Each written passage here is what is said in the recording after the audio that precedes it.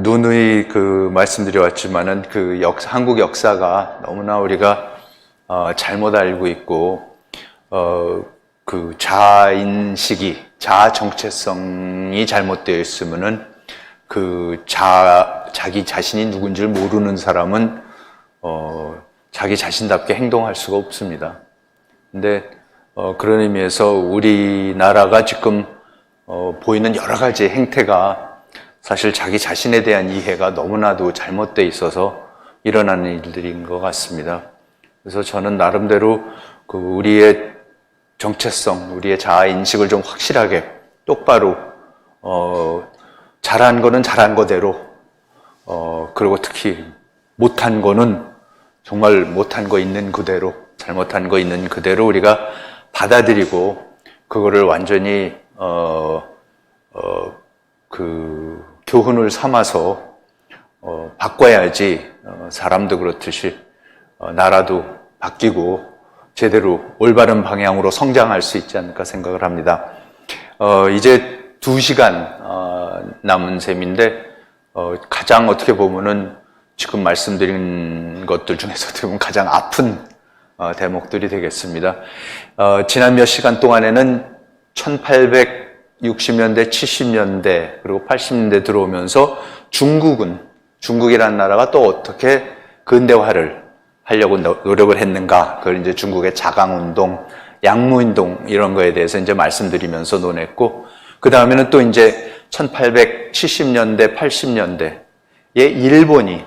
일본이 메이지 유신이라는 걸 통하면서 어떻게 또 나름대로 근대화를, 얼마나 놀라운 근대화를 이제 이루었는가를 쭉 살펴봤고요. 그리고 이제 오늘하고 다음 시간은 같은 기간에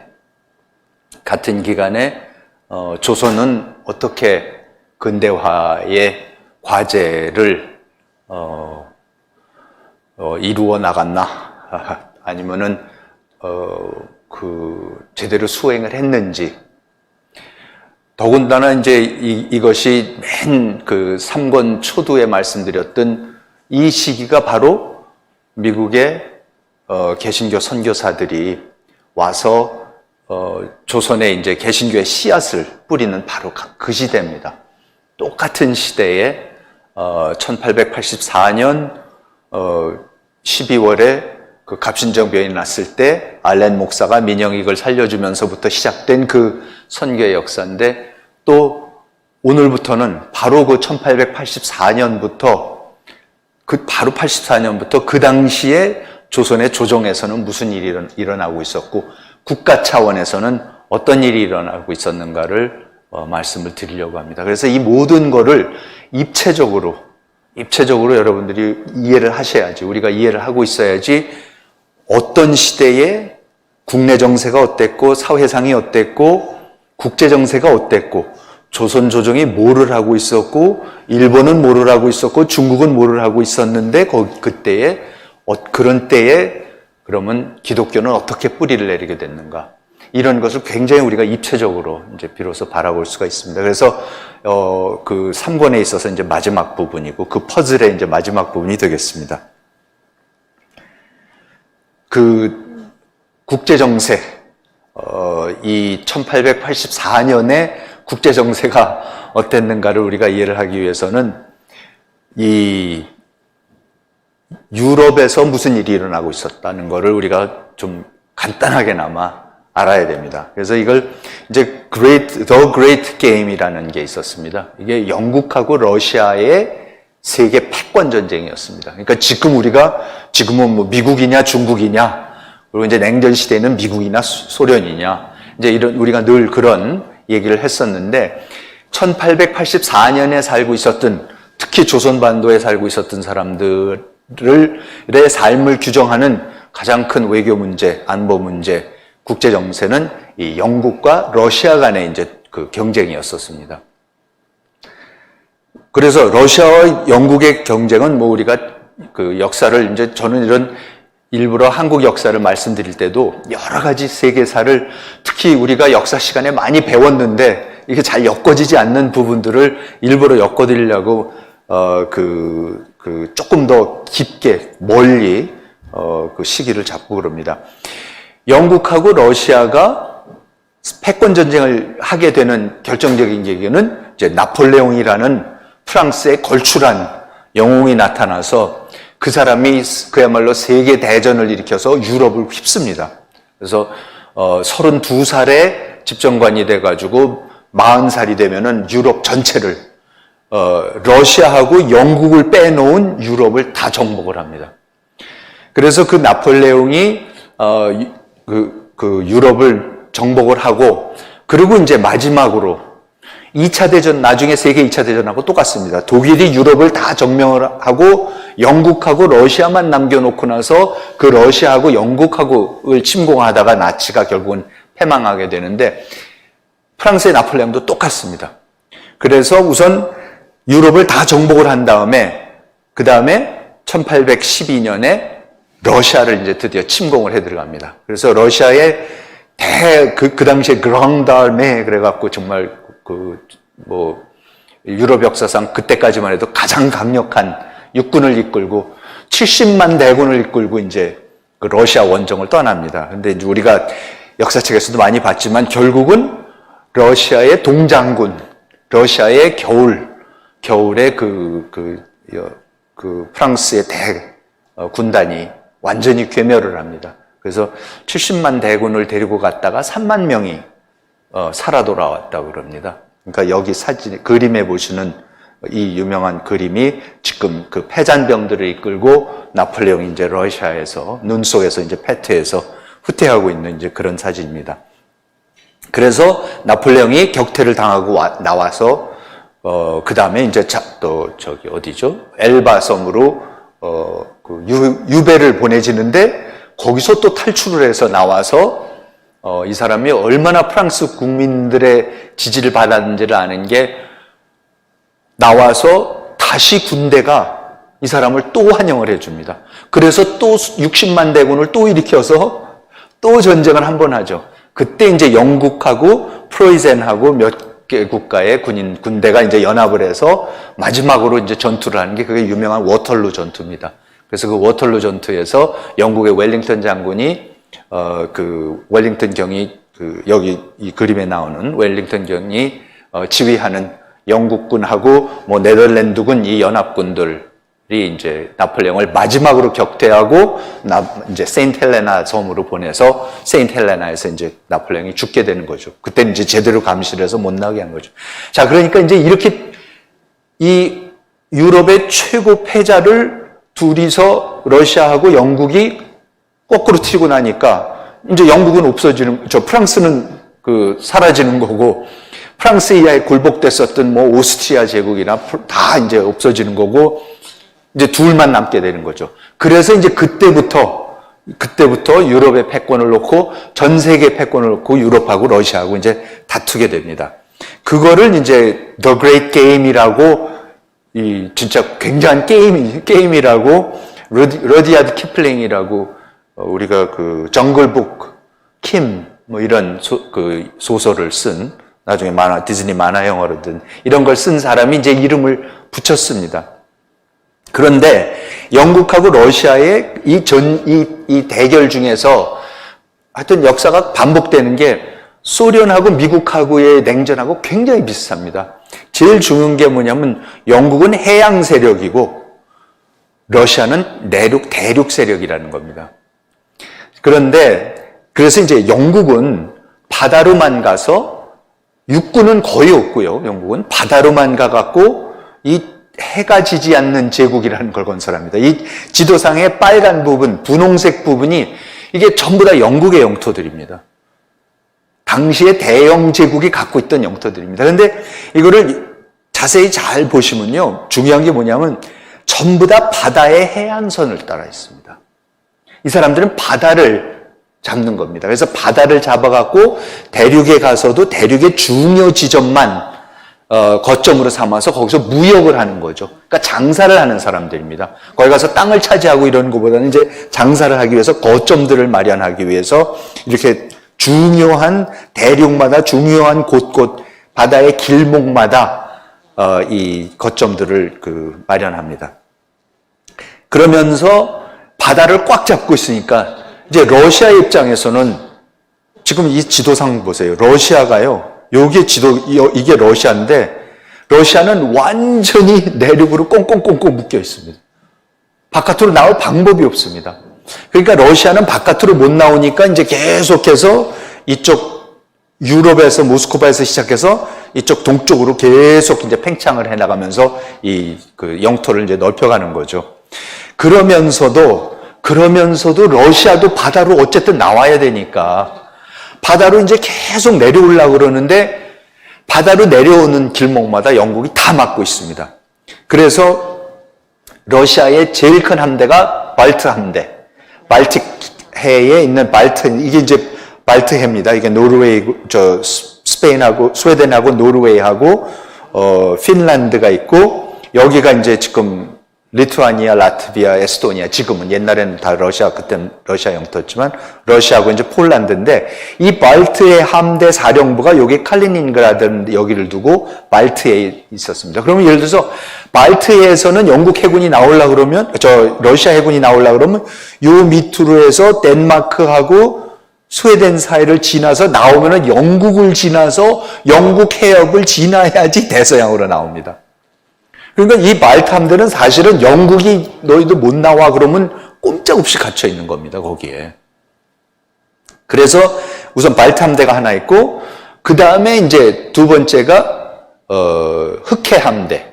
흑해라는 또 바다가 있으니까, 이 흑해의 세바스토폴, 크림반도, 요게 크림반도입니다. 그 유명한 크림 전쟁 나는 크림반도의 세바스토폴에 이제 함대 사령부를 둔 이 흑해 함대가 있었고, 그런데 이제 이 흑해라는 것도 완전히 육지에 가로막혀 있고, 요 이스탄불이 있는, 지금의 이스탄불이 있는 그 해협을 통해 가지고 이 에게해로 나와서 지중해로 나와야지 이게 바깥 세상에 나오는데, 그것도 이제 영국이 봉쇄하고 있으면 이제 꼼짝을 못 하는 거죠. 그래서 이제 두 번째가 이제 흑해 함대고, 그리고 이제 우리 말씀드리려는 것이 이 세 번째가 이제 태평양 함대라는 걸 이 사람들이 또 러시아가 만듭니다. 그러니까 태평양 함대는 처음에는 여기 지도상에도 없는 저 북쪽에 오호츠크에다가 만들었다가 1860년에 중국으로부터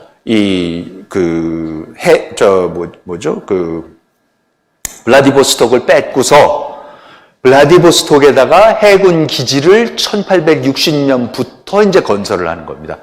그때가 이제 갑자기 동아시아에 러시아 함대가 이제 생겨버리는 거죠. 그러면서 그때부터 러시아가 동아시아의 세력으로 급격하게 이제 부상을 하는 거죠. 그런데 그게 뭐냐면은 발트해에서 내려올려다가 영국한테 막히고 흑해에서 내려올려다 영국한테 막히니까 결국은 계속해서 동쪽을 헤어서 오다가 결국 이제 블라디보스톡까지 와서 유라시아 대륙의 끝에, 동쪽 끝에까지 이제 온 겁니다. 그래서 이제 거기에 함대가 생기는 거고, 그리고 이제 대륙 횡단철도, 시베리아 횡단철도를 놓겠다고 그러고, 그러니까 이제 일본 사람들이나 중국 사람들이 깜짝 놀라는 게 영국하고 패권 전쟁을 하는 이 러시아라는 세력이 결국은 극동아시아까지 와서 대함대를 만들고 철도를 만들어서 수십만 대군을 이제 여기로 갖다 놓겠다 그러니까 이제 갑자기 청나라하고 일본의 입장에서는 기야말 일이죠. 이게 도대체 무슨 일이냐 하고 이제 준비를 이제 하게 되는 거죠. 그래서 지도를 보시면은 이제 이 블라디보스톡이라는 거를 잡고 있으면은 사실 이 동북아시아의 패자가 될 수 있습니다. 그래서 이제 그게 중요한 거고요. 자, 그래갖고 이 사람들이 도착하자마자, 러시아 함대가 도착하자마자 아니나 다를까 벌써 이제 그 세력 확장을 위해서 여러 가지 일을 합니다. 1861년에 무슨 포사드네코 사건이라는 사건이 있었는데, 이게 뭐냐면 러시아 함대가 대마도에 가서 스시마에 가서 스시마를 좀 사용하겠다고 일본한테 그럽니다. 그러니까 일본이 그때만 해도 아직도 명치유신 전인데 일본이 영국 사람들의 도움을 받아가지고 러시아를 물러가게 합니다. 그러니까는 러시아도 계속해서 1860년부터 아시아에 뭔가를 만들려고 하는 거고, 블라디보스톡만 갖고 안 되니까는 더 남쪽으로 내려와서 대마도에다가 기지를 만들려고 그랬는데 영국 때문에 밀려나서 안 됐고, 그러면서 계속해서 세력을 길러가다 결국은 1885년에 거문도 사건이라는 거가 그래서 일어나는 겁니다. 1885년에 영국이, 러시아가 아니라 영국이 거문도를 점령을 해버립니다. 그러니까 이제 영국의 입장에서는 러시아가 끊임없이 지금 뭐를 하려고 그러는 거구나, 아시아에서. 그러니까는 이 블라디보스톡에 있는 이 함대를, 이 러시아 함대가 바깥 세상으로 나오려고 그러면은 대마도를 지나서, 스시마, 저걸 지나서, 오늘의 대한해협을 지나서 나와야 되죠. 그래서 이 거문도를 자기네가 영국이 하나쯤 차지하고 있으면은 지나가는 모든 러시아 배를 다 감시를 하고 봉쇄를 할 수 있고, 그러니까 1885년에 거문도를 와서 점거를 해버립니다.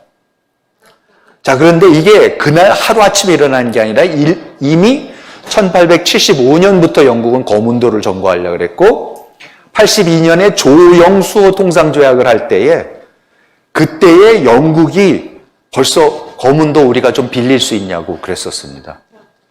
그거를 이제 중국 측에서 하게 하면 안 된다 그래서 이제 못했던 거고. 그런데 이제 결국은 84년 12월에 거문도 근처에 해군들을 갖다 놓더니, 전함을 배치하더니 85년 4월에 아예 그냥 거문도를 점거를 해버립니다. 그래서 이제 그 당시에 거문도를 점거하고 영국 사람들이 기지를 이제 건설하기 시작하는데 사진이고, 영국 사람들이 거문도 주민들하고 같이 사진 찍은 그런 사진들이 있습니다. 그런데 조선은 당연히 거문도가 있는지, 조정은 자기네 땅에 그런 게 있는지도 잘 모릅니다, 지금. 무슨 일이 벌어지고 있는지 전혀 모르고 있습니다. 그런데 이제 이런 일이 터지니까는 금방 일본이 알게 되고, 청이 알게 되고, 이제 러시아가 알게 되고, 그러니까는 거긴 다 군함들이 있고, 그러니까 이제 알게 되는 거죠. 그래서 이제 자기네들끼리 이제 이거를 어떻게 해야 되느냐, 영국은 우리 잠시만 있는다, 어쩌고저쩌고 이제 이러고 있었는데, 그런데 그때에 조선 사람들이, 조선의 조종의 사람들도 어느 날부터 갑자기 거문도 얘기를 하기 시작하더래요.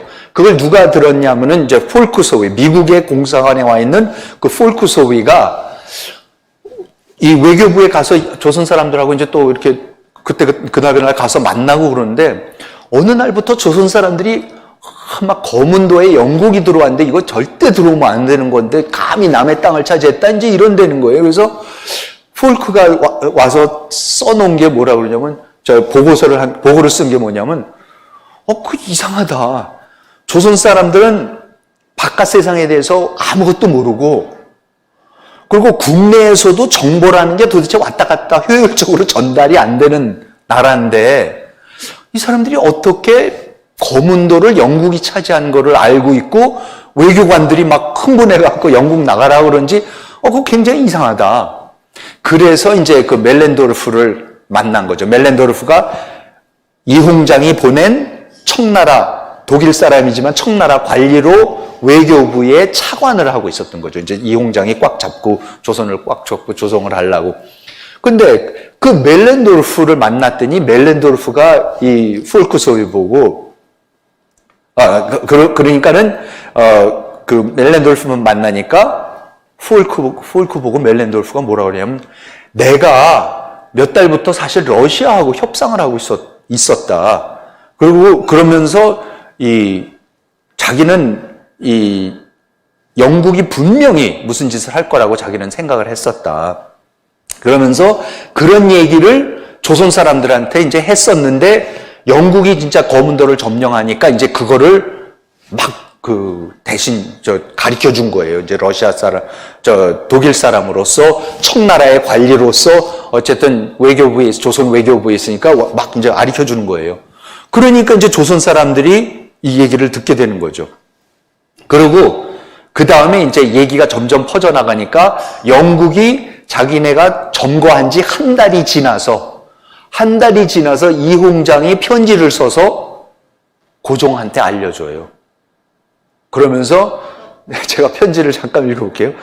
귀국의 제주 동쪽으로 백렬이 떨어진 곳에 거마도가 있는데 그것이 바로 거문도입니다. 당신들 그런 데 있습니다. 바닷 가운데 외로이 솟아있으며 서양 이름으로는 해밀턴 섬이라고 부릅니다. 이걸 포트 해밀턴이라고 그럽니다. 영국의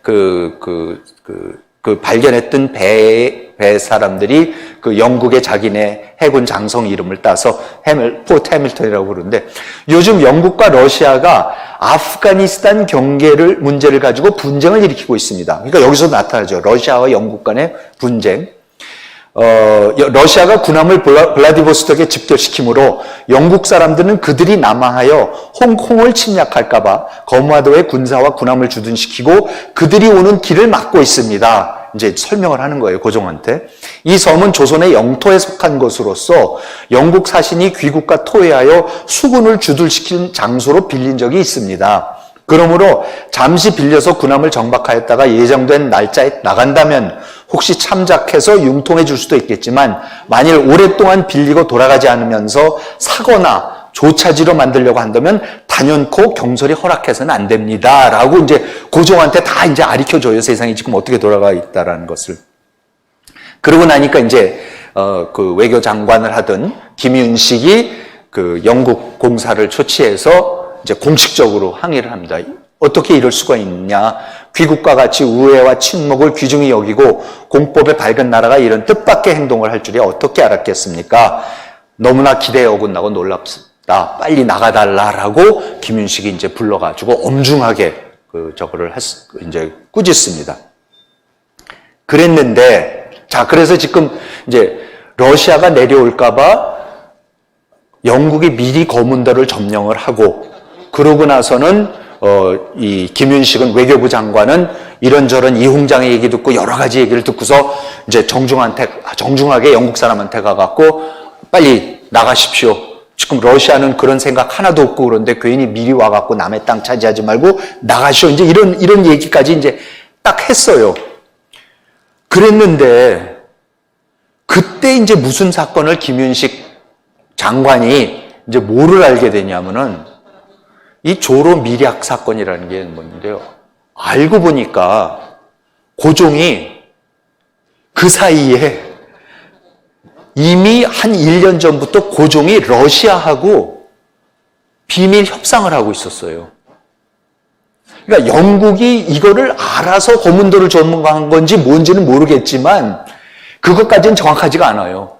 근데 어쨌든 중요한 건 뭐냐면 러시아가 내려와서 이 남하는 세력을 갖다가 지금 어떻게 해야 되느냐 갖고 이제 막 서로가 그러고 있었고 그래서 영국이 점거를 했는데 다들 말도 안 되는 소리 하지 말라. 영국 물러나라 그랬는데 알고 보니까 실제로 뭐예요?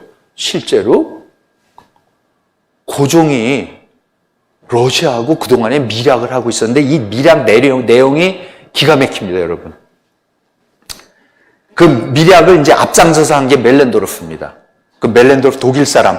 근데 이 사람이 한 이유가 있어요. 자기 책에 자서전, 자기 부인이 쓴 자서전, 멜렌도르프 자서전에 이런 얘기가 나옵니다. 청국이 자기의 속방이 위급한 상황에 처할 때 과연 일본으로부터 보호해 줄 수 있을 것인지 당시의 정세를 볼 줄 아는 사람에게는 매우 회의적으로 여겨졌다. 그러니까 조선의 입장에서 봤을 때 그럼 청국이 조선을 일본으로부터 지켜줄 수 있느냐? 그거는 그런 힘이 천국에 없는 걸로 보였다. 따라서 이러한 이유로 조선이 천국 이외의 외세에 의지해야 한다고 남편은 처음부터 분명한 생각을 가지고 있었다. 멜렌도르프는 일본이 쳐들어올까라고 생각을 해서 조선을, 그래서 조선을 지켜줘야 되는데 청나라는 힘이 안 되니까 다른 외세를 끌어와야겠다. 그때 상황을 감안한다면 그것은 러시아일 수밖에 없었다.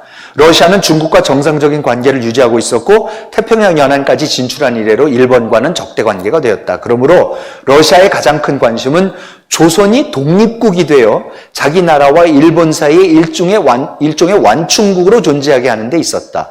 열강들들 가운데 그 어떤 국가도 이 역할을 떠맡을 수는 없었다. 그러니까 한 가지는 일본을 최대 적으로 멜렌도르프를 생각해서 그 적으로부터 조선을 지켜야 하는데, 독립을 지켜야 하는데 그 독립을 지키려면 중국은 힘이 안 된다. 그러니까 러시아를 이제 끌어들여야겠다, 이렇게 이제 생각을 한 거죠. 그리고 두 번째는 재밌는 게 뭐냐면 우리가 굉장히 관심을 둬야 되는 게 조선이 독립국이 되어야 된다라는 얘기. 러시아도 그렇게 생각했고 멜렌도르프도 그렇게 생각했고 일본도 그렇게 생각했고 청나라도 생각했고, 그 당시는요, 우리가 나중에 역사를 보고서는 일본이 이거를 잡아먹으려고 했었구나 이렇게 우리가 알고 있지만, 생각을 하지만은 이때까지만 하더라도 모든 나라들은 제발 조선이 정신 차려서 독립국으로 있어야지. 왜냐하면 내가 혼자 조선을 차지할 힘은 없어요. 더군다나 딴 나라가 조선을 차지하는데 그걸 못하게 막을 힘이 내가 있는지도 몰라요. 그것도 확실치가 않아. 청나라 그랬고 러시아 그랬고 일본이 다 그랬어요. 딴 놈이 이 나라를 먹으면 내가 못 지켜낼 것 같아. 그러니까 제일 쉬운 방법이 뭐냐면 조선이 제발 정신 차려갖고 조선이 강한 나라가 돼갖고 제정신 차려서 나라를 제대로 운영을 해서 어느 한 나라에 휩쓸리지 않으면은 자기네는 그래 그럼 그 나라랑 그냥 교류하면서 그 대신 적국한테 수중에만 안 떨어져 주면은, 그럼 내가 국방비를 낭비할 필요도 없고 뭐 이거를 차지할 필요도 없고 더군다나 어떤 다른 나라 큰 나라하고 전쟁을 할 필요도 없고, 이게 모든 사람들의 계산입니다. 이게 거의 1910년까지 계산입니다. 일본조차도 도대체 조선을 내가 먹었다가 다른 나라들이 이거 가만히 있겠냐. 그럼 내가 그 나라들하고 전쟁을 해야 되는데 그러면 그걸 어떻게 감당하냐. 그래서 계속 안 하려고 그러는 거죠. 그런데 뭐예요? 조선이 계속 흔들리니까는 결국은 어떻게 돼요? 청나라가 마지못해 들어오니까 그것도. 그러니까 일본이 마지못해 나가서 싸워서 청일전쟁이 벌어져서 청나라를 쫓아내는 거고, 또 러시아가 그 다음에 들어오니까 러시아하고 또 전쟁을 해서 어쩔 수 없이 청일전쟁, 러일전쟁을 엄청난 희생을 치르면서 국력을 기울여서 전쟁을 다 해갖고 나니까 그 다음엔 어떻게 돼요? 그 다음엔 그냥 조선이 또 흔들리는 것보다 그냥 우리가 인수하자 이렇게 되는 거예요. 그러니까 중요한 거는 누구든지 조선을 차지할 생각을 한 게 아니라 제발 독립국가 역할 좀 해달라는 거였습니다. 그래서 그걸 도우려고 온 나라들이 도웁니다. 이홍장이 돕고 원세계에서 돕는 거고 러시아가 돕는 거고 일본이 도와요. 그걸 하라고. 근데 이제 오늘은 특히 이제 러시아의 부분에 대해서 이제 말씀을 드리는 겁니다. 그래서 멜렌도르프는 러시아를 끌어들이기 위해서 고종의 영을 받고 1884년 갑신정변 나기 전에 4개월 전 8월에 나가사키 주재 러시아 영사에게 영국이 조선을 보호령으로 만들 계획을 갖고 있다 라고 이제 하고 거문도를 할양받을 계획을 갖고 있다면서 이거를 미연에 방지하기 위해서 러시아가 조선과 보호조약을 맺어달라고 그래요. 여러분 우리가 을사보호조약 하잖아요. 1905년에 보호조약이요. 이게 갑자기 만들어진 게 아닙니다. 1884년 8월에 조선에 차관을 하고 있는 멜렌도르프가 고종의 영을 받고 러시아한테 가서 우리를 보호령으로 좀 만들어달라 그래요. 그래서 러시아가 제물포에 전함을 배치시키고 200명의 군사를 보내서 고종을 좀 호위해달라고 그런 협상을 해요, 지금 멜렌도르프가. 그런데 이제 84년 12월에 갑신정변이 발발을 하지 않습니까? 그러니까 어떻게 돼요? 정말로 고종을 지켜줄 사람이 필요하다. 이제 이렇게 돼갖고 멜렌도르프는 또 고종의 영을 받아서 도쿄 주재 러시아 공사관에다가 전보를 칩니다. 러시아 황제가 조선을 보호해 줄 거를 요청하는 전보를 쳐요. 지금 정변이 일어나서 난리가 났습니다. 지금 뭐 이 친청파하고 친일파하고 전쟁 나고 그러는데 러시아 황제께서 군대 좀 보내갖고 우리 왕실 좀 지켜주십시오. 이렇게 되는 거예요. 그래서 그 전보를 받고는 러시아 측에서 놀래갖고 이건 뭐야 그래갖고는 빨리 그 영사관에 있는 그 서기관 그 스페이어라는 서기관을 보냅니다.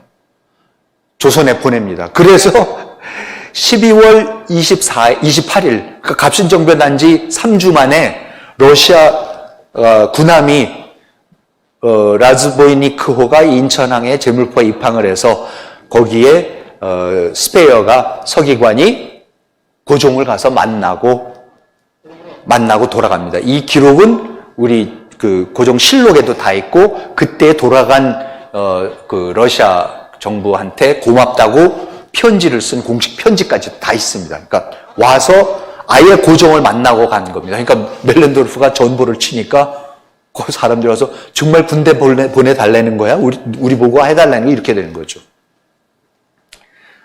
그래서 와 있는 동안에 멜렌도르프, 그 스페어가 그 고종 만나러 왔던 동안에 또 이제 멜렌도르프 만나서 조선을 보호령으로 삼아달라고 요청을 하고 그 대가로 러시아의 상회나 상인에게 임대해주는 형태로 동해안의 부동산을 원산이 됐든 원하는 거를 우리가 제공해 주겠다고 약속을 합니다. 그리고 만일 러시아가 단독으로 조선을 보호령으로 삼을 수 없다면 다른 열강들과 함께 벨기에처럼 조선의 중립을 보장하는 협정을 맺어줄 걸 요청합니다. 이런 그 조선을 중립화시키자는 협정을 하자는 얘기는 러시아만 하지 않습니다. 일본도 합니다. 그 당시만 하더라도 어떻게 해서든지 조선을 다른 수중에 안 떨어지게 하려고 모두가 이거를 독립해서 제대로 가든지 모두가 우리가 합의해서 중립국으로 만들든지 하자라는 얘기를 이제 하는 거죠. 나중에 그 이승만 박사가 박사학위 논문으로 이 중립화론 그걸 갖다 주제로 삼으시는 게 이게 엉뚱한 얘기가 아니라 그 당시에 모든 나라들이 골치가 아프니까 저 조선을 어떻게 하지? 저 암만 도와줘도 지 힘으로 못 썼는데 그럼 지 힘으로 못 쓰면은 중립국으로라도 만들어줘서 뭐 무너지든 말든 어쨌든 중립국으로 만들어서 상대방이 못 써먹게 해야 된다라는 전부 다 그 얘기를 했었습니다. 그러니까 이승만 박사는 오히려 거꾸로 그걸 역으로 어떻게 이용해서 그럼 제대로 된 나라를 한번 만들어 보는 게 어떻겠냐 이제 이렇게 생각을 하셨던 거죠. 그래서 85년 1월에 스페어는 이제 돌아가서 이런 일이 멜렌도르프도 그랬고 고종을 만나봤는데 고종도 분명히 그런 얘기를 했다라는 걸 확인을 해서 자기 이제 상관한테 얘기를 하고 그래서 이제 주일 러시아 공사관에서는 자기 이제 상페테르스부르크의 수도에 이제 황제한테 이제 그걸 알리는 거죠. 그리고 이것도 모자라서 지금 멜렌도르프 시켜서 이렇게 하는 것도 모자라서 1885년 1월에 고종은 러시아 황제에게 보내는 친서를 써서요. 권동수, 김영원이라는 신하들하고 포함해서 4명한테 그 친서를 줘서 이 사람들로부터 한테 함경도를 거쳐서 두만강을 건너가서 이제 접경을 하고 있으니까 두만강을 건너서 블라디보스톡으로 가갖고 거기에 러시아 연해주 군무지사 거기에 이제 군사령관을 만나서 고종의 친서를 전달하라고 그래요. 그래서 거기에 가서 이 사신들이 네 달 동안 있습니다. 그래서 5월에나 돌아옵니다. 그래서 4달 동안에 뭐를 했느냐? 지금 기록은 안 남아있지만은 다른 모든 것을 유추해 봤을 때에 아예 조약을 맺고 온 것 같다는 거죠.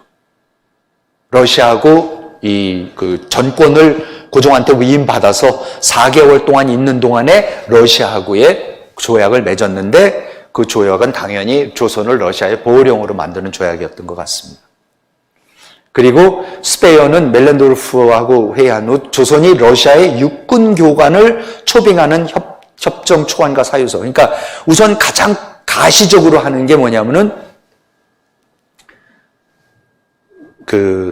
갑신정변 이후에 중국하고 일본이 서로가 전쟁을 할 뻔했으니까 합의한 게 뭐냐면 앞으로 조선 군대를 훈련하는 데 있어서는 일본 사람도 안 되고 청나라 사람도 안 된다. 제3국의 군사교관이 와서 가르쳐야 된다. 조선 군대를 조련해야 된다. 라고 했는데, 그러니까 이제 미국에다가 요청을 했는 상태였었고, 그런데 이때에 그럼 러시아 하면 되지 않느냐? 일본도 아니고 중국도 아니까. 그래서 러시아 교관이 그럼 와서 조선의 군대를 조련하는 또 그 계약을 이제 체결을 합니다. 그러니까 보호력 만들어준다. 뭐 그거를 위해서 대가로 뭐 어떤 부동항들을 열어준다. 그 다음에 군사 조련하는 것까지 공식으로 청해서 이게 전부 다 고종하고 조선의 차관의 이름으로 공식적인 통로를 다 거쳐서 러시아 황제의 재가까지 다 얻어온 겁니다, 지금. 그래서 이제 스페어가 그것들을 들고서 1885년 6월 20일 날 이제 본국으로부터 재가를 다 받고 그래가지고는 조선에 이제 드디어 건너옵니다. 조선에 건너와서 김윤식 장관을 이제 그동안에 멜렌도르프하고 차관하고 이제 얘기를 쭉 해왔었던 거 긴밀하게. 그러고 나서 이제는 이제 장관을 공식적으로 만나갖고 자, 이제 여태까지 우리가 다 이거 한 거를 이제 공식화 해갖고 외교부끼리 이제 공식화를 다 하자라고 해서 6월 20일 날 스페어가 와서 김윤식을 만나는데 김윤식은 뭐예요? 한 번도 못 들어본 얘기를. 이 지금 무슨 소리 하는 거냐고. 근데 사실 며칠 전에 김윤식이 이 얘기를 들었었어요. 왜냐하면은 마지막 단계를 재가를 얻으려고 그 조약문을 번역을 해가지고 고종이 회람을 시켰어요. 조정에다. 그러니까 이제 김윤식도 그걸 본 거예요. 그래서 보면서 이게 도대체 무슨 얘기인데, 아니 도대체 고종이 무슨 짓을 하고 있고, 자기는 지금 영국 사람하고 막 해갖고는 거문도 떠나라고 그러고 있는데, 그러면 거문도를 차지한 이유도 지금 러시아가 내려올까봐 걱정이어서 하고 그랬는데, 아니 그럼 지금 우리 왕하고 차관이 내 얘기도, 나랑 얘기도 안 하면서 그러면 러시아하고 보호령을 만든다는 조약까지 지금 다 해갖고 그거를 지금 사인하자고 왔다라는 게, 김윤식 입장에서는 이건 정말 너무나도 놀라운 얘기가 되는 거죠. 그래서 이제 김윤식이 모른 척하고 난 모른다. 진짜 딱 모른다. 막 이제 스페어가 제 책에는 자세하게 그 대화가 나옵니다. 스페어가 이제 가면 갈수록 말이 안 되니까 길게 이제 막 뛰기 시작. 무슨 소리를 하는 거냐? 이걸 다 내가 황제 제가 러시아 황제 제가 받고 다 했는데 이게 무슨 소리를 하는 거냐고 이제 막 화를 내고 나중에 이거 사인 안 하면 가만 안 놔두겠다고 막 그러면서 이제 김윤식하고 이제 김윤식이 이제 끝까지 안 한다고 그래요. 그래서 결국은 스페어가 뭐라 그런지 아세요? 그럼 나 고종 만나겠다. 고종이 분명히 직접 했다. 그래서 이제 고종을 만나겠다 그러니까 어쩔 수 없이 그래 만나라 그래갖고 6월 20일 날 고종을 만나요, 스페어가. 그런데 기록이 두 가지가 있습니다. 서양 사람들이 그 자리에 있었던 다른 사람들이 기록한 거하고 러시아 스페어 본인이 나중에 그 면담이 끝나서 본국에 보냈던 그 기록이 있어요. 그게 정확한 기록입니다. 그 기록이 뭐라 그랬냐면은 내 설명을 들은 후 고종은 통리기마문에 이에 대해 협상을 시작할 것을 지시하겠으며 어쨌든 개인적으로 관심을 갖겠다고 했습니다. 그날 저녁 영중추부사 영의정 심순택이 찾아와 고종이 자신에게 러시아 정부가 원하는 것을 충족시킬 만한 합의에 도달하도록 노력할 것이며 실패할 경우 고종이 그가 약속한 것을 확실히 이행할 것이며 내가 조선을 떠나기 전에 고종이 사인한 친서를 전달하겠다고 했습니다. 그러니까 이제 스페어는 가서 따지니까는 고종이 알았다, 내가 해볼게. 그러면서 심순택을 보냈는데 심순택이 왜냐면 심순택이 중간에서 그 블라디보스톡에 사신 보내고 하는 러시아하고 하는 그거를 중재를 했던 사람이에요. 그러니까 그 사람은 다 러시아 사람들이 또 이제 알고 있는 거죠. 멜렌도르프하고 심순택을 통해서 이 일본에 있는 러시아 공사관, 그 다음에 블라디보스톡에 직접 보내서 했는데 이 블라디보스톡에 직접 보낸 사람들을 다 한 게 그게 이 영의정 심순택이었습니다. 그러니까 이제 심순택이 지가 나타나서 이제 설명을 하려고 그러는 거예요. 지금, 그러니까 스페어는, 야, 이게 무슨, 도대체 어떻게 되는 거냐. 그래서 이제 심순택을 보내서 그 대신, 내가 확실히 당신 떠나기 전에 뭔가 하여튼 왕이 내가 사인을 해서 보내겠다고 그랬다는 거예요. 그러고 나서 심순택이 또 고종을 만나서 가서 만나고 난 다음에 스페어한테 와요. 근데 스페어한테 와서 와서 심순택이 뭐라 그런지 아세요? 자기가 고종한테 가서 이 약속 지키셔야 됩니다. 러시아 황제까지 지금 사인한 겁니다.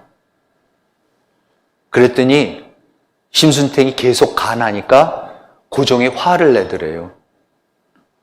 그래서 딱 심순택이 감을 잡고서는 지금 스페어한테 하는 얘기예요.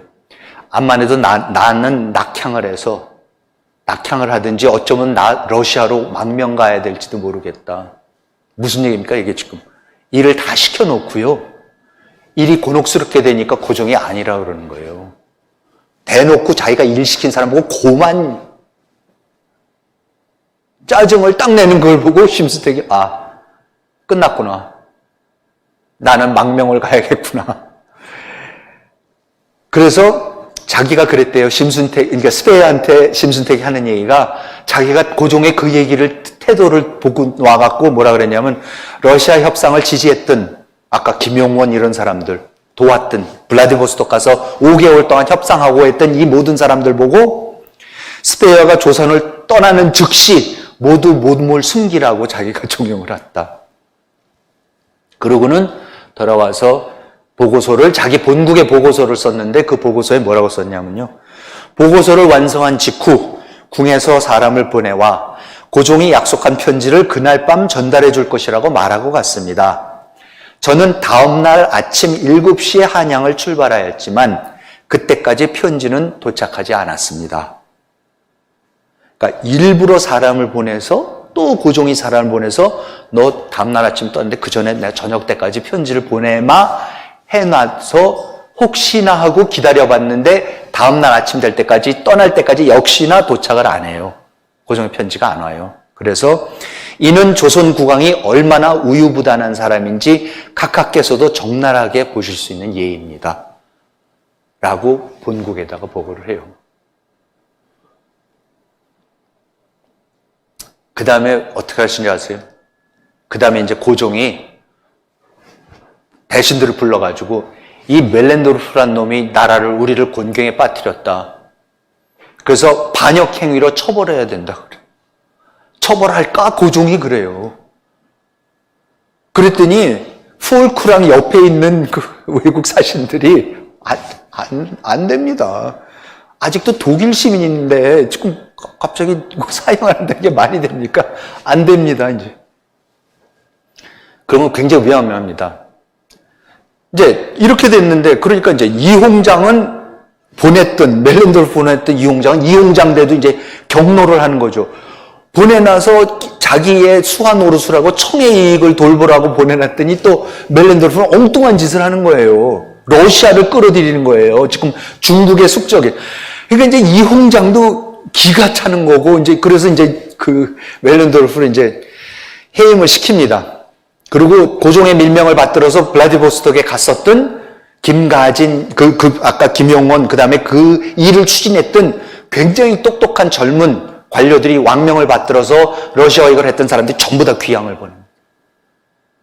그거를 폴크가 자기 기록에 자세히 남아요. 그 누구누구가 귀향을 갔는데 이 사람은 뭐를 담당했던 정말 그 조선의 유망한 굉장히 촉망받는 중요한 그 젊은 관료들이었는데 이런 일에 연루돼서 전부 다 귀향 가게 됐다라고 그걸 제가 책에는 자세하게 번역을 해놨습니다.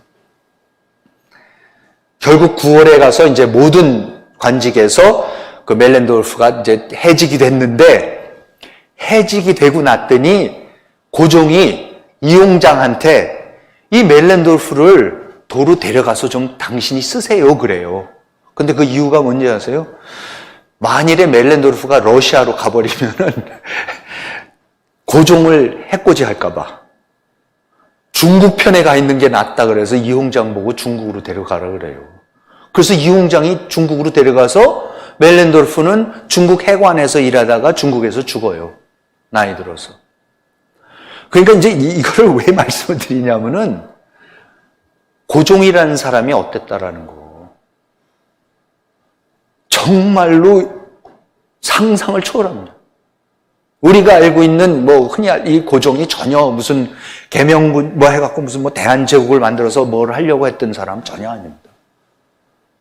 정말로 이 기록들을 제가 맞춰가면서 이거를 하나하나 이렇게 맞춰서 이렇게 보면서 우리가 그동안에 논했던 주변국에 있었던 중국에 있었던 여러 관료들, 그 사람들은 증국보는 어땠고 좌종당은 뭐를 수복을 했고 뭘 어쨌고 어쨌든 간에 다 한두 가지 흠이 있고 잘못하고 부족한 점들이 있었지만 이홍장은 어땠고 일본의 이노우에 가오로는 어땠고 이또는 어쨌고 무슨 오쿠보는 어땠고 그렇지만 어쨌든 다 나름대로의 뭔가를 위해서 하는 일을 만들어 나가고 하고 지금 이 조선의 지도부는 왕부터 시작해 갖고요.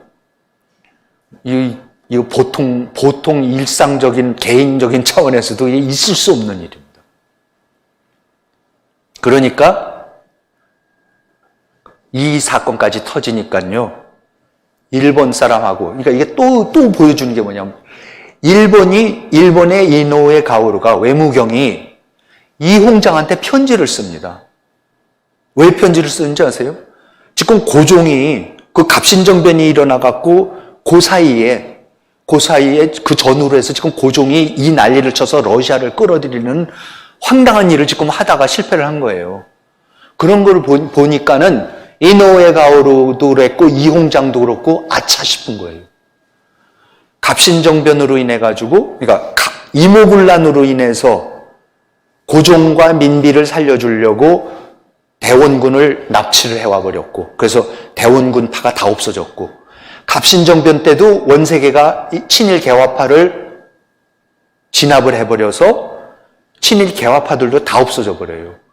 그러고 나니까 남는 게 32살 고종, 33살 민비, 24살 민영익, 34살, 35살 민영휘. 이 사람들이 권력을 다 잡은 거예요. 그러니까 아차 싶은 게 이 사람들 갖고 절대 안 된다, 조선 전국의 안정을 하려고, 조선 전국이 흔들리지 않게 하려고, 서로가 누가 힘을 한쪽이 못 잡게 하려고 우리가 이런 일들까지 다 치르고 있는데 이 상태 큰일 났다. 그래서 이노우에 가오루가요, 이홍장한테 자세한 편지를 씁니다. 뭔 쓴지 아세요? 조선 전국을 어떻게 안정시킬까? 그래서 조선 정책 쇄신책을 이노우에 가오루가 편지를 써서 이홍장한테 보냅니다. 첫 번째, 조선의 외교 방침은 이홍장 총독이 이노우에 외무경과 협의한 후 조선 국왕에게 전달해서 실시하게 할 것. 누구 끌어들이 자기 마음대로 절대 못하게 하고 당신하고 나하고 서로 상의해서 조선이 어떻게 하는지 외교 정책을 우리가 정해주자. 두 번째, 내시의 국정 관여를 엄금할 것. 이때 개화파도 제일 먼저 3.1천 할 때 죽인 사람들 중에 그 내관들이 몇이 있어요. 그 내관들 때문에 아주 골치 썩는데 이 환관 정치가 아주 심각했었습니다. 그래서 이제 내시들의 국정 관여를 엄금할 것. 세 번째, 대신의 임용을 신중히 할 것. 그리고 그 임선은 국왕이 이홍장 총독에게 승인을 구하고 이홍장 총독이 이노우의 외무경에게 알려준 후에 결정할 것. 현재 묘당의 중심 중에, 현재 조선의 재정의 중심 중에는 김홍집, 김윤식, 오연중 등이 적임이라고 인정됨. 자기네가 이제 인물 파악까지 다 하고 그래야만 이 사람들이면은 그나마 나을 것 같다. 라고 지금 일본 외무경이 이홍장하고 상의를 하는 거예요. 외교 국방 재정은 특히 중요하므로 김홍집, 김윤식, 오연중 등을 그 장관으로 임명할 것. 멜렌돌프를 파면하고 그 후임으로 미국인 가운데 유능한 자를 임명할 것. 그래서 이제 데니라는 사람을, 미국 사람을 실제로 이홍장이 뽑아서 이제 보내는 거죠. 여섯 번째, 청총판 조선 상무 진수당을 경질하고 보다 유능한 자를 후임을 할 것. 진수당이라고 먼저 대륙 무역 장정 때 보냈던 사람인데 그 사람은 무역관이고 이제는 정말로 조선을 꽉 장악할 수 있는 힘이 있는 정말 실력이 있는 관료를 하나 뽑아서 보내라고 일본 사람이 중국 사람한테 지금 얘기를 하는 거예요. 청주재관은 그래서 이홍장이 조선에 보내는 청주재관은 항상 주한 일본 공사와 연락을 취하고 중대한 사건이 돌발했을 때 서로 협의할 것. 그러니까 같이 하자는 거예요. 아예 이럴 바에는. 그러면서 이노우에가 밀서를 첨부했었는데 그 밀서에는 대원군은 정치적 재간이 부족하지 않습니다. 대원군이 정치력은 있다 어쨌든. 오직 외교를 좋아하지 않는 것이 유감이지만 쇄국 정책을 자꾸 고집했던 것이 유감이지만 사실 이렇게 다 놓고 보면은 비교도 안 되게 뛰어난 사람이다. 대원군이나 고종이나 민비 이런 사람들에 비해서는 비교도 안 되게 훌륭한 능력이 있는 사람이다. 만약 대원군이 지난날의 생각을 고쳐서 다시 변란을 일으키지 않는다는 조건으로 귀국을 허락해서 국정을 감독하게 한다면 좋은 결과를 얻을 수 있을 것입니다.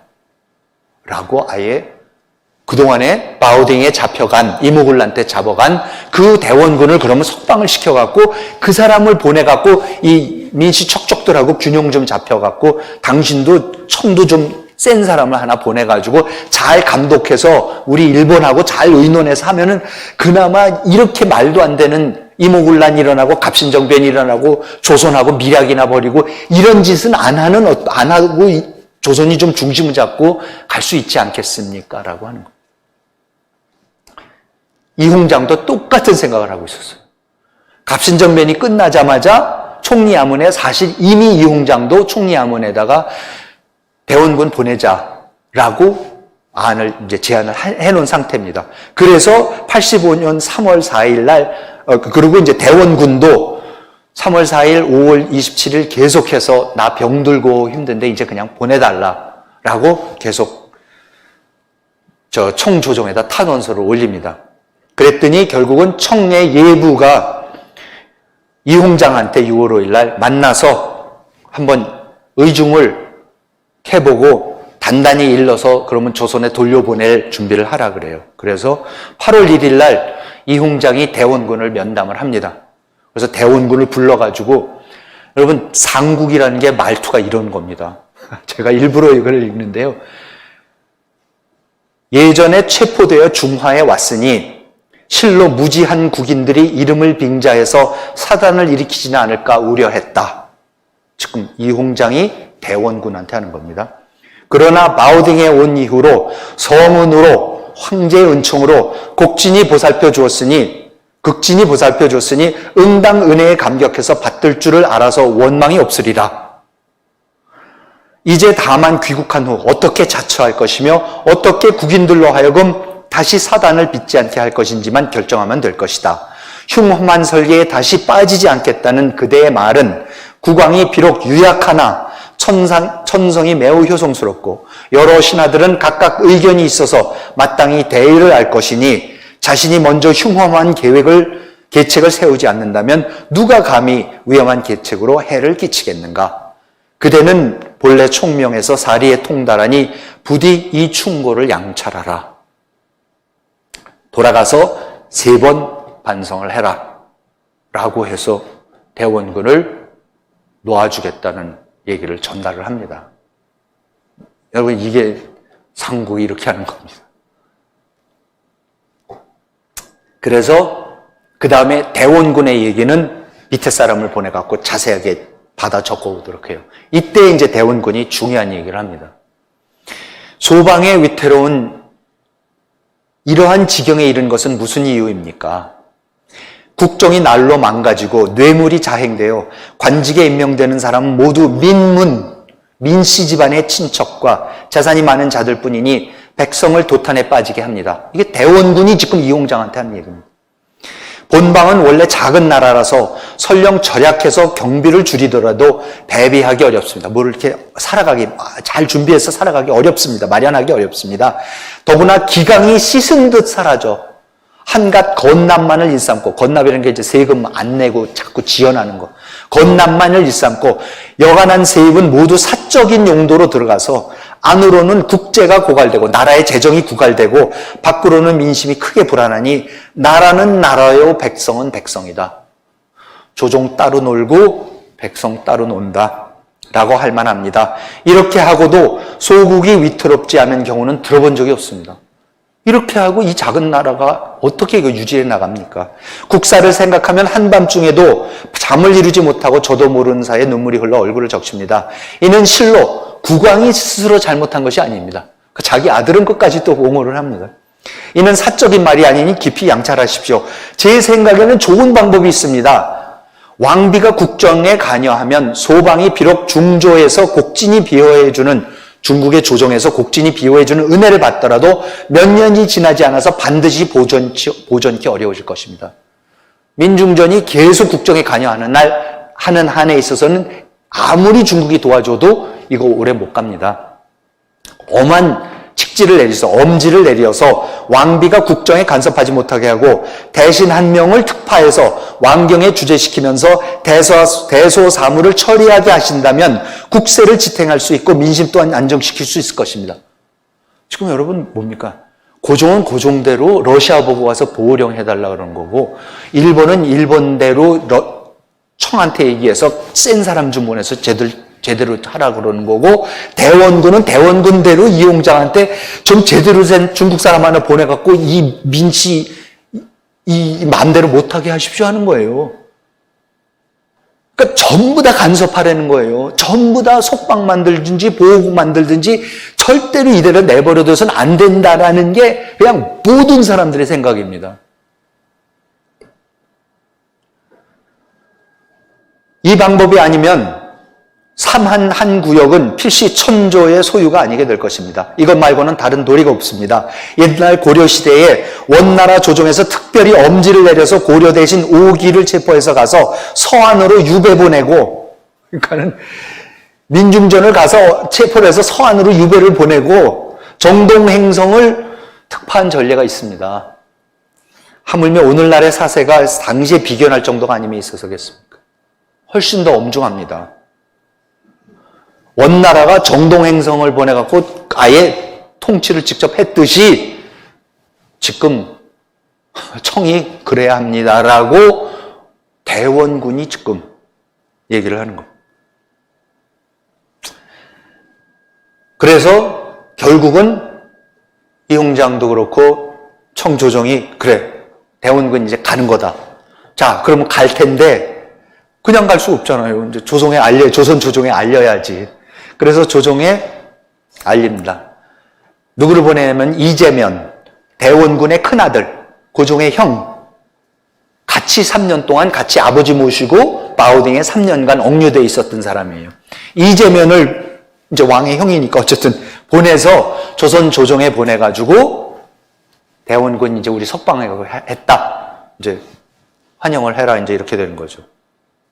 그런데 대원군이 마오딩에 억류되어 있는 동안 조선 조정은 단 한 번도 우리 아버님 석방해 주십시오 하고 탄원을 한 적이 없대요. 공식적으로. 그래서 이재면을 보내서 뭐를 한지 아세요? 이재면을 보내서 조선 조정 보고 공식적으로 주청사를 보내. 뭐를 하러 보내냐면은 대원군을 석방해 주십시오라고 조선 조정이 공식적으로 요청을 하는 사신을 보내라는 거예요. 공식적인 요청이 없는데 청이 내줄 수가 없으니까. 그래서 그때 비로소 가서 하니까는 이제 고종이 어쩔 수 없이 일단 청조정의 대원군의 석방을 공식적으로 주청하기 위해서 민종묵을 진주정사로, 조병식을 진주부사로 겸 문후관으로 임명을 해서 보내는 거예요. 근데 보내기 전에 베이징으로 파견하기 전에 먼저 5월 4일 민영익을 먼저 보내요. 그래서 민영익이 가갖고 8월 20일 날 민영익이 가갖고 5월 달에 가갖고 이홍장을 만나서 하는 얘기가 절대로 안 됩니다. 우리의 원수다. 내 아버지 죽인 원수다. 절대 못 돌아온다. 24살짜리 완전히 이 사람은 절대로 안 된다고 몇 번을 만나서 얘기를 하는데 대놓고 이홍장보가 안 된다 그래요. 그리고는 마지막에는 편지 한 장 써놓고 홍콩으로 가버려요. 이홍장이 기가 막혀가지고 이건 또 무슨 일이야. 그래갖고 나중에 결국은 민비가 또 사신을 또 보냅니다. 그래서 김명규라는 사람을 보내서 김명규가 8월 22일 날, 그러니까 이때까지 5월달 민영익이 보내서 8월까지 계속 민영익이 거부하고 그러니까 대원군 석방은 지금 계속 지연이 되고 있는데 결국 조선에서 또 사신이 왔어요.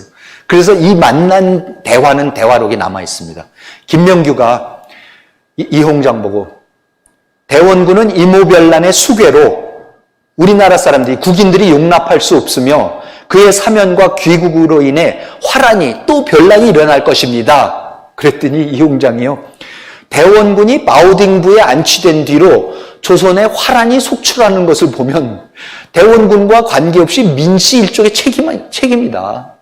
그렇지 않냐. 뭐 갑신정변 이런 거는 대원군 없는 데도 일어났는데 뭐 자꾸 대원군 때문에 일어났다고 말이 되느냐. 보내면 변란이 일어난다는 말이 안 되는 소리 좀 하지 말아라.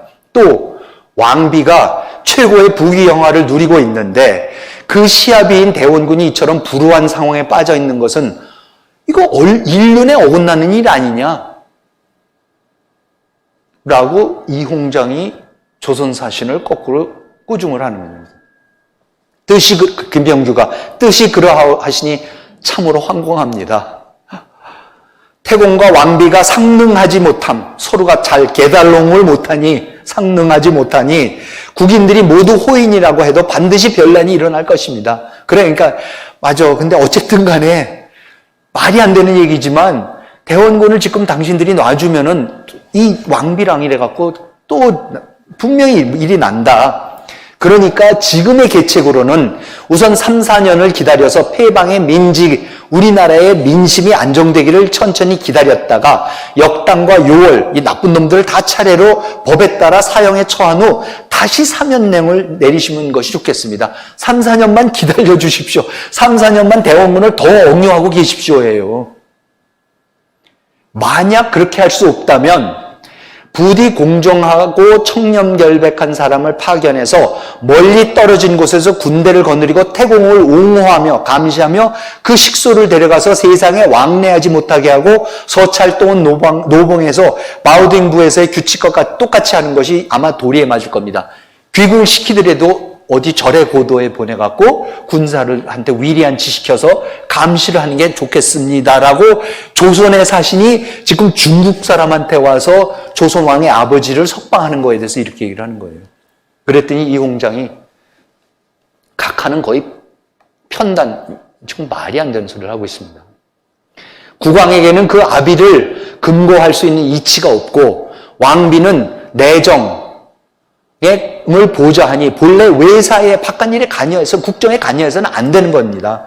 설령 상능하지 못한다, 설령 깨달롱하지 못한다고 해서 어찌 그 70살 먹은 노인네를 한가롭게 지내지도 못하게 한단 말입니까? 어찌 병사를 보내서 그 사람 간수를 둬서 그 사람을 감시를 할 수 있겠습니까? 라고 이홍장이 기가 막혀가지고 얘기를 합니다. 도저히 못 막을 것 같으니까 결국은 9월 20일 날 진주정사 민종묵 조병식 부사가 와서 그러면 석방해 주십시오 합니다. 그러니까 바로 다음 날 광서제가 대원군을 석방하라. 그리고 이홍장한테 조선으로 호송하라는 칙지를 내립니다. 그래서 대원군은 10월 2일 날 천진에서 북양함대의 진해함을 타고 출발해서 이튿날 10월 3일 날 인천에 도착합니다. 82년 8월 26일 날 압송됐으니까 3년 만에 귀국입니다.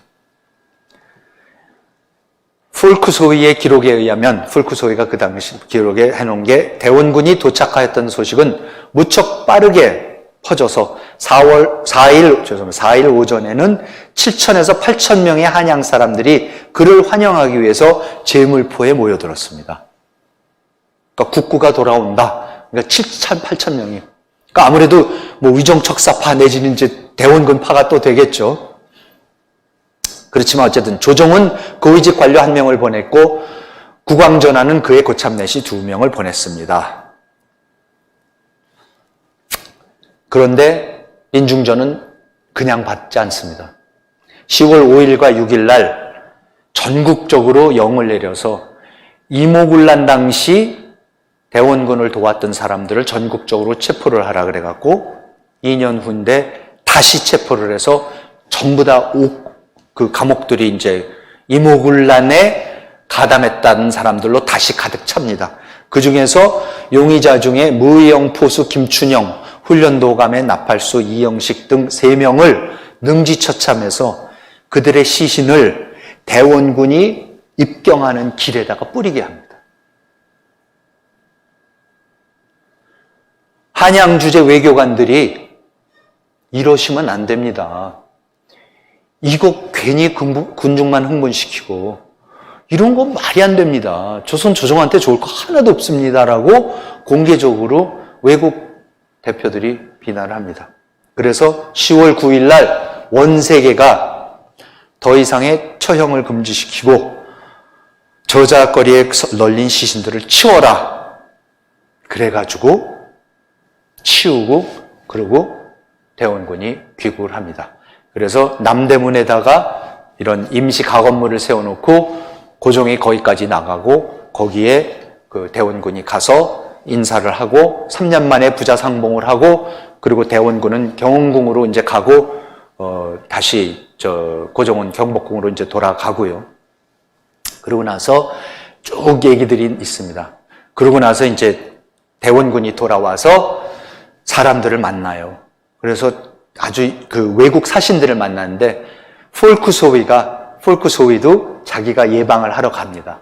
예방을 하러 가서 제가 이제 너무 길어서 여기는 오늘 안 가져왔지만은 만나봤는데 70이 다 돼가는데 50 정도 된 것 같고 너무나 총기가 있고 사람이 모든 세상 돌아가는 일을 자기는 갇혀있느라고 아무것도 모른다고 그러면서 너무나 명확하게 꿰뚫고 있고 그러면서 자기가 이 몸이 쇠하고 그래서 내가 답방을 꼭 가야 되는데 답방을 할 수 있을지는 잘 모르겠지만 앞으로 좀 자주 만나서 세상 돌아가는 얘기 좀 하자. 그렇지만 사실 나는 조용히 가만히 있어야 된다. 라고 이제 그렇게 얘기를 해요. 그러고 났는데 며칠 후에 답방을 왔더라는 거예요, 대원군이. 그래서 답방을 와가지고 와서 또 차 한 잔을 하고 여러 가지 얘기를 하고 가는데 정말로 사람이 너무나 인상적이라는 거예요. 그러면서 전 이 귀절이 제일 그 마음에 콕 닿는 게 뭐냐면 나가면서 대원군이 자기 집을 그러니까 폴크소 미국 공사관에 와서 답방을 하고 나가는 길에 그 공사관 미국 공사관에서 와서 일하고 있는 조선 사람들이 있을 거 아니에요.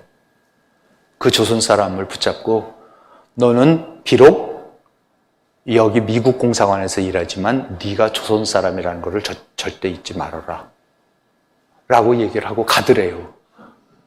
그거를 폴크가 옆에서 그 한국말을 잘하니까 엿듣고 그걸 이제 기록을 해놔요. 그런데 폴크는 대원군 아마 가만히 안 있을 거다. 그리고 조선 조정이 바뀔 거다. 그런데 안 바뀝니다. 민치들이 절대로 놓지 않습니다. 정말로 대원군도 꽁꽁꽁꽁 묶어놓는데 성공을 합니다. 그래서 다음 시간에는 구체적으로 이런 상황에서 중국에서 원세계가 이제 제대로 부임을 해서 총독같이 부임을 해서 어떻게 조선을 갖다가 이제 통치를 하기 시작하는지 그리고 그 상황에서 조선이 어떻게 무너져 내리기 시작하는지에 대해서 말씀을 드리도록 하겠습니다.